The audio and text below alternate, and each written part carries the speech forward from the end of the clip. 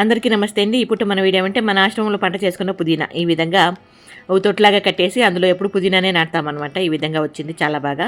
ఈరోజు పుదీనా రైస్ అయితే చేస్తున్నాం టిఫిన్కి. దానికని పొద్దునే వచ్చి ఈ విధంగా పుదీనా కోస్తున్నానండి. చాలా బాగా వచ్చింది పుదీనా అయితే మాత్రము. నాటి పుదీనా కాబట్టి దేనికి వేసినా కూడా చాలా టేస్టీగా ఉంటుందన్నమాట. ఇదిగోండి పుదీనా రైస్ అయితే రెడీ అయిపోయింది. మన వాళ్ళకి అందరికీ వడ్డిచ్చేద్దామా ఇంకా. ఇదిగోండి వేడిగా మెత్తగా పుదీనా రైస్ రెడీ చేసుకున్నాం అనమాట. చాలా టేస్టీగా ఉంటుంది కమ్మగా. దానికి మామూలుగా ఏమంటే పెరుగు పచ్చడి వేసుకోవచ్చు, ఊరగాయ వేసుకోవచ్చు, లేకపోతే పుదీనా చట్నీనే చేసుకొని కూడా వేసుకోవచ్చు అనమాట. ఈరోజైతే ఈ విధంగా ఊరగాయ వేసుకొని తింటున్నాము.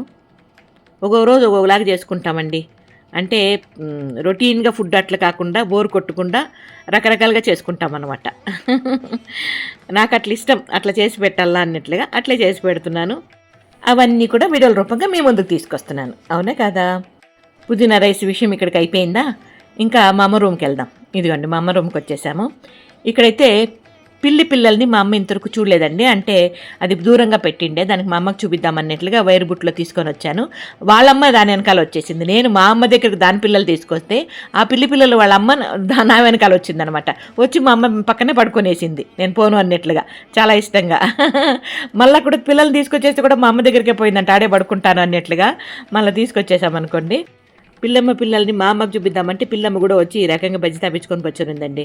ఇది పిల్లమ్మ విషయం. ఇవైతే నా రంగురాళ్ల కమ్మలండి.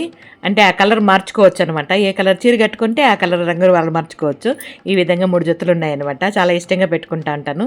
ఇది ఇప్పుడు మన చిన్ని వీడియో మీద మీ అభిప్రాయం తెలియజేస్తూ వీడియో నచ్చితే లైక్ చేయండి అబ్బా. మీ విలువైన సమయానికి కేటాయించి వీడియో చివరి వరకు చూసినందుకు మనస్ఫూర్తిగా కృతజ్ఞతలు.